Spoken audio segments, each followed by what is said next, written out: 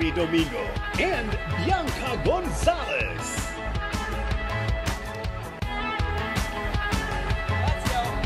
Kapamilya, ngayong gabi magpapatuloy tayo sa ating big summer concert na pinagpagura ng ating mga teen housemates kasama ang MNL48 at SB19!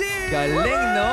At yan nga ang naging pasabog P-Pop weekly task ng ating teen housemates na nagpakita ng kanilang talento, husay at determinasyon ng galing ng tropa natin. Sobra talaga. Kaya naman ngayong gabi rin lalabas ang dalawa sa ating mga teen housemates at malalantad ang mas malalaki pang revelasyon mula kay Kuya, ang Bigatin Pasabog. Ito ang unang teen double eviction night ng Pinoy Big Brother Community Season 10! Kaya natin to!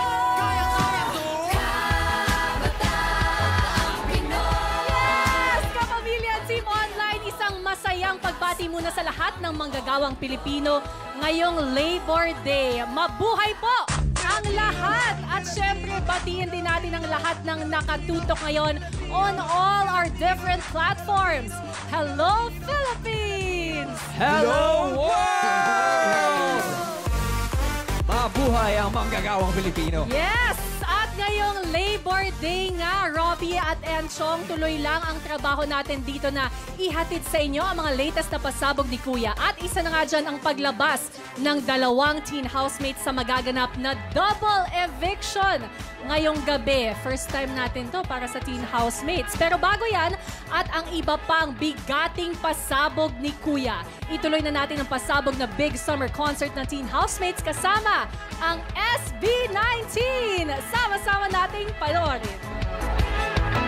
Matapos ang kanilang mga naging paghahanda, kahapon nga ay nagsimula na ang Big Community Summer Concert. Pagputihan mo, pag-asa ka ng buong mundo.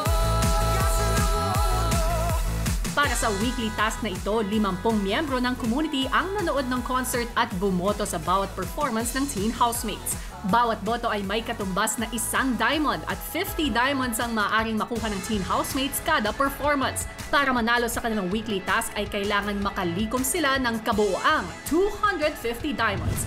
4 na performances ang naipakita ng housemates at meron na silang naipong 165 diamonds. May natitira na lamang silang 2 performances para sa pagkakataon pang makapagdagdag ng diamonds. Samantala, kamustahin naman natin ang mga pasabog na nagaganap sa botohan with, of course, Robbie and Enzo.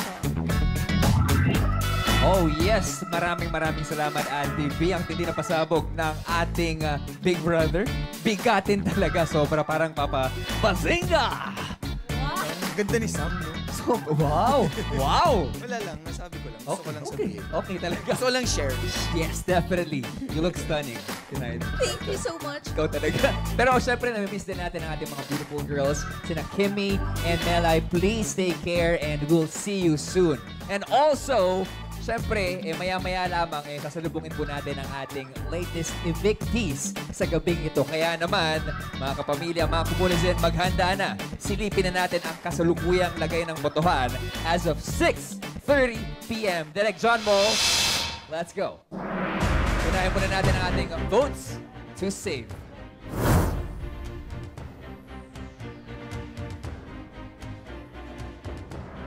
Oh! Kita natin housemates A, B, C, D, and E. Nangunguna si housemate C with 28.38%. Sumunod si housemate B with 24.21%. At pinakamababa si housemate D with 5.7% of your votes. Ngayon naman, Robbie, tingnan natin ang votes to evict. Tali ng votes to evict. Oh!